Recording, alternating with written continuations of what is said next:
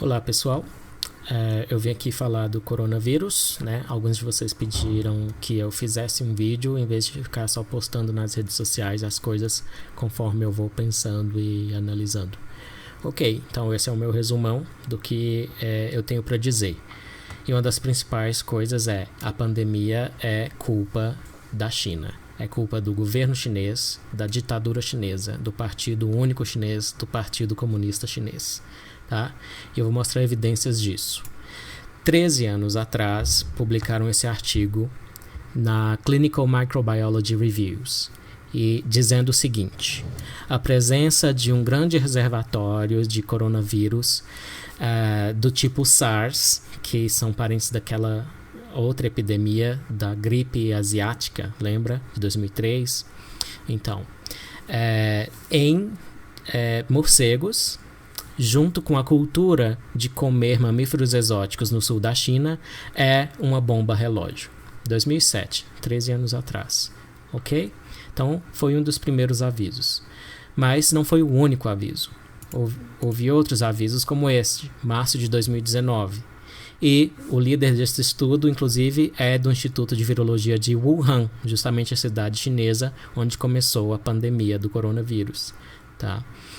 E eu botei em destaque uma frase aqui do resumo do artigo. Assim, é altamente provável que futuros surtos de coronavírus do tipo SARS e MERS, que é uma síndrome parecida associada ao Mediterrâneo, originar-se-ão dos morcegos. E há uma probabilidade aumentada de que isso ocorrerá na China. Mais um aviso. Ou seja, a literatura especializada, a literatura científica, avisou as autoridades chinesas tanto quanto possível, né, repetidamente, durante 13 anos ao menos, certo? E o que as autoridades chinesas fizeram? Após a epidemia da gripe asiática de 2003, o Partido Comunista Chinês baniu o comércio, né, esses wet markets, chamam em inglês, de mamíferos exóticos, de animais exóticos em geral. E baniu enquanto isso fazia o partido ficar bem, né, perante a opinião pública internacional.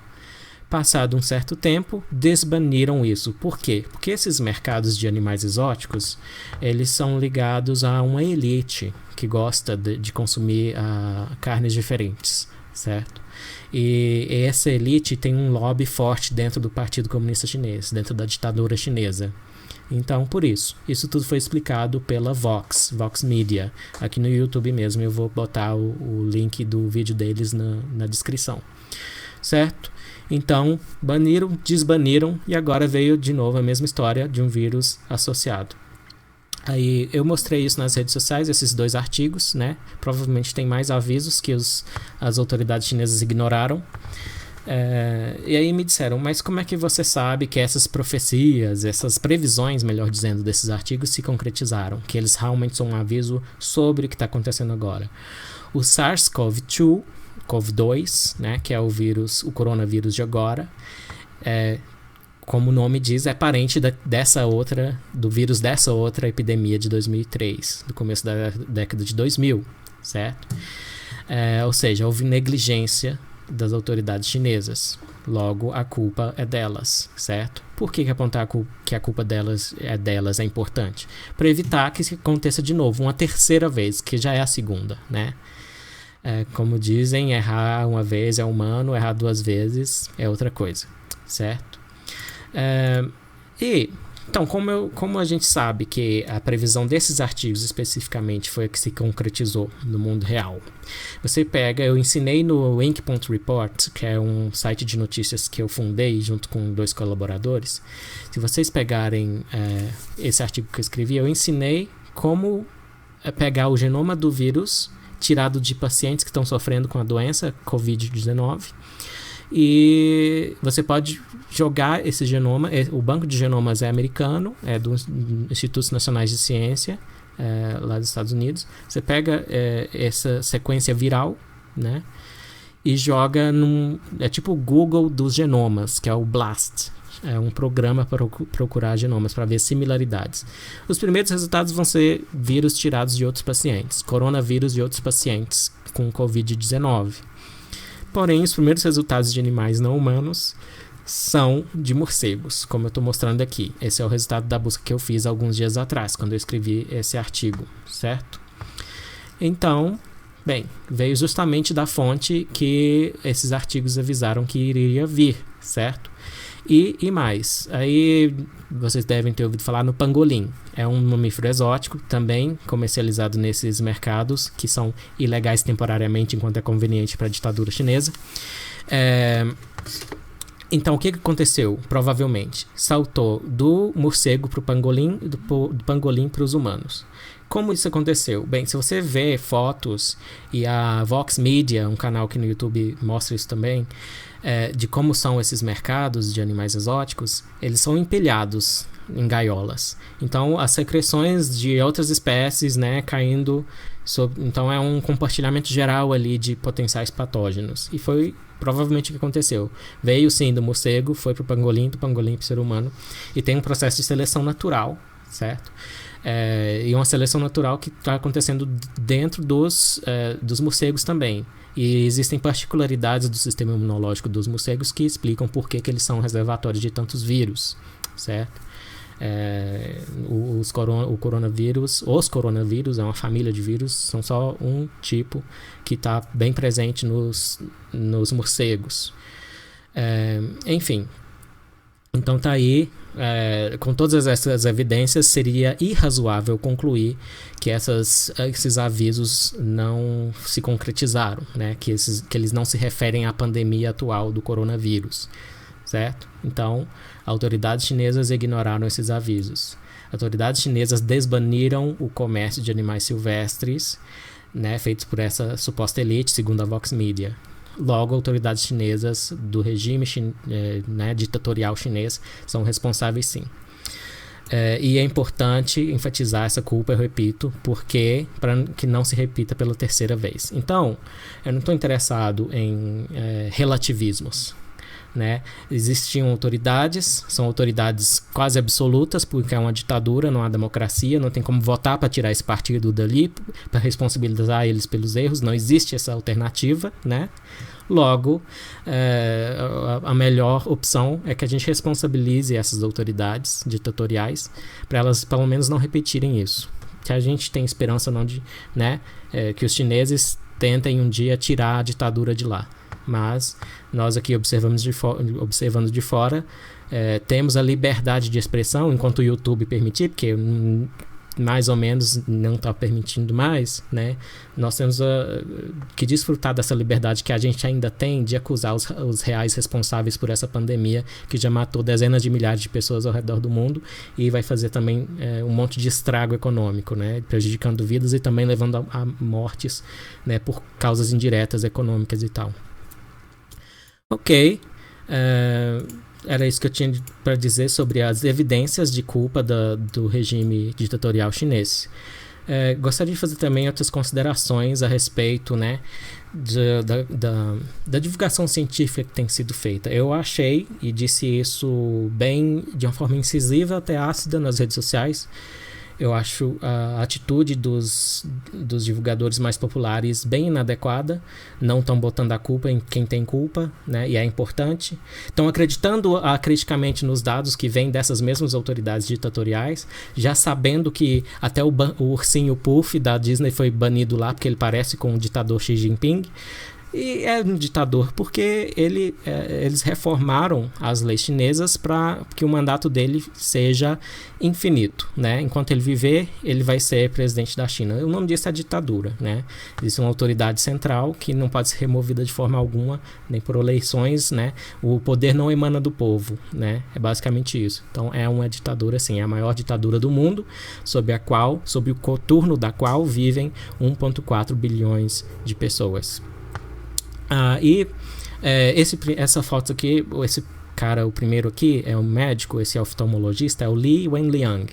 Foi um dos primeiros censurados pela ditadura chinesa, pelas autoridades chinesas, por avisar em dezembro de 2019 sobre a epidemia, sobre o novo coronavírus. Ele foi reprimido pelas autoridades chinesas. Depois pediram desculpas, mas é tarde demais, ele já morreu de coronavírus aos 33 anos, certo? Até saindo aí do que se espera, que são as pessoas mais idosas, né, que são as principais vítimas, mas pode acontecer também com a pessoa mais jovem. Existem várias, né, comorbidades e susceptibilidades aí envolvidas que a gente mal entende, né? Eu desconfio que existam até susceptibilidades genéticas, mas não há tempo hábil para investigar isso agora. E, para piorar a situação, a China agora, a Comissão de Saúde Nacional da China, publicou uma lista de tratamentos recomendados para o coronavírus, incluindo injeções que contêm o que a gente chama no interior de Minas de fel, de urso. Né? Então, nesses mercados que a China, né, não sei se vai voltar a banir só para o inglês ver por enquanto e depois desbanir de novo.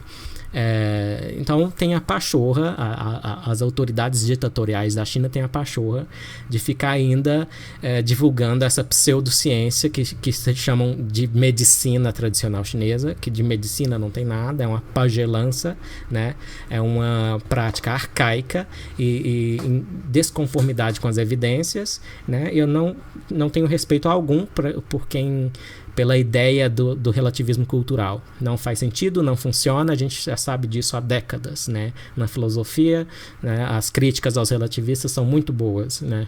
Eu recomendo o Thomas Nagel, por exemplo, um ótimo filósofo que criticou os relativistas por aí. Então, como é que se pratica um relativismo cultural no mundo em que as pessoas caçarem morcegos lá no extremo leste afeta a nossa vida aqui em Brasília, a nossa rotina, a nossa economia, né? A nossa saúde, e já está matando o brasileiro também. Então, relativismo cultural não se aplica, não funciona, é uma fantasia, e é uma fantasia divulgada e praticada em setores acadêmicos que são justamente os que foram alvos de uma das melhores coisas já feitas em toda a história da divulgação científica, que foi a fraude de Sokal. Sokal é um físico, e vendo a moda do pós-modernismo, de lero-lero sem sentido, profundo, ele escreveu um artigo e submeteu a uma dessas revistas. Sendo desconhecido por essas pessoas, não sabiam que ele tinha intenções de pegadinha por trás disso, foi uma pegadinha mesmo. E aí virou um bafafá, isso foi nos anos 90. A minha amiga inglesa Helen Pluckrose repetiu a dose em 2018, bem na época das eleições brasileiras. E foram vários artigos, ela com 2 colaboradores submeteram vários artigos fraudulentos, propositalmente fraudulentos, para mostrar como ainda o lero-lero, blá-blá-blá relativista ainda manda em alguns setores da academia. E tá aí outra coisa que vários dos divulgadores de ciência não tocam de jeito nenhum por... sei lá, a minha desconfiança, eu não sei porquê, mas eu acho que a minha desconfiança é viés político, porque a esquerda acadêmica foi quem criou o pós-modernismo, quem fica propondo esses relativismos, e eles têm rabo preso com isso por, né, lealdade tribal, a tribo política deles, e eles não veem com que eles estão fazendo, como passar pano para a China nas redes sociais, é uma expressão de viés político. Eu nunca disse que eu não tenho os meus viéses políticos, eu sou um liberal clássico. Então eu acho que o mercado tem que resolver muita coisa.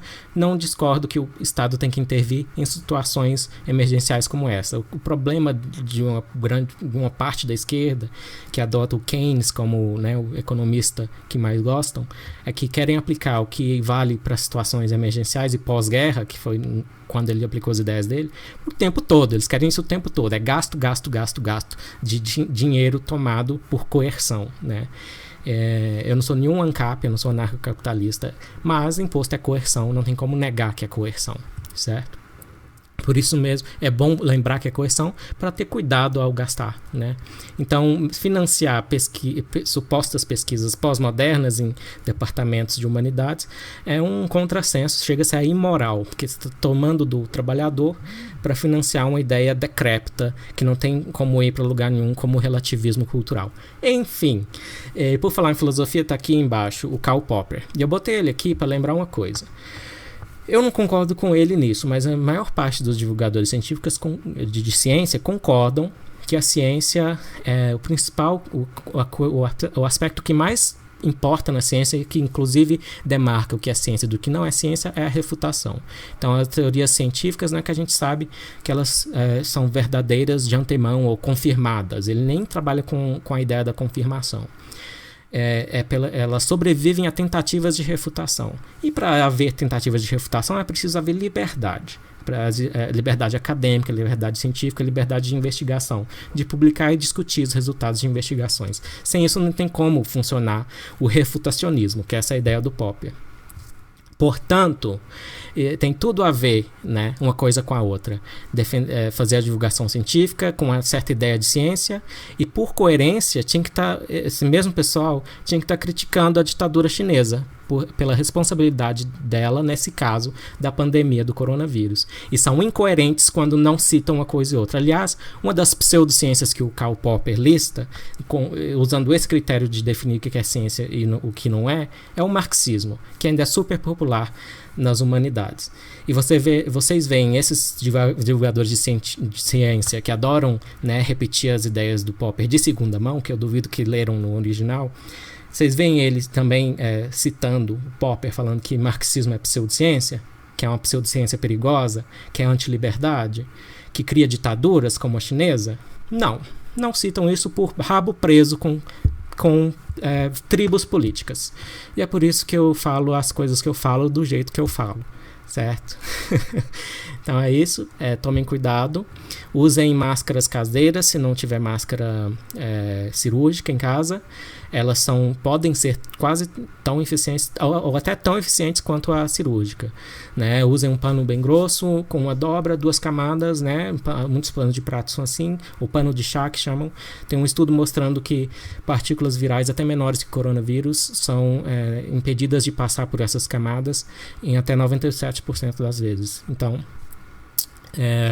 principalmente pessoal em São Paulo, em Brasília, no Rio agora também, onde está começando a ter vários casos confirmados, saiam de casa com máscara. Se não tiver a cirúrgica, porque, né, na drogaria mais próxima aqui de casa não tinha.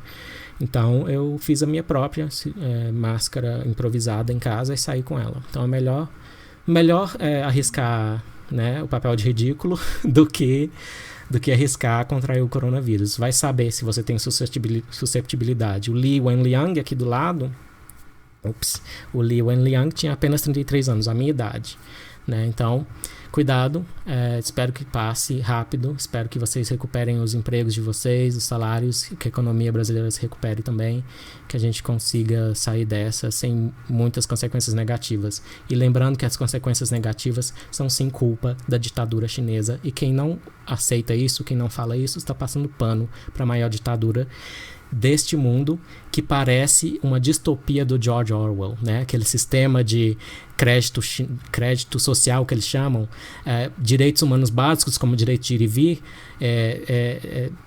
Para você desfrutar na China, você tem que ser bem avaliado, você tem que ganhar likes do Partido Comunista Chinês para poder desfrutar de direitos humanos básicos. Então não tem como passar pano para a China mais. Quem faz isso, bem, é imoral.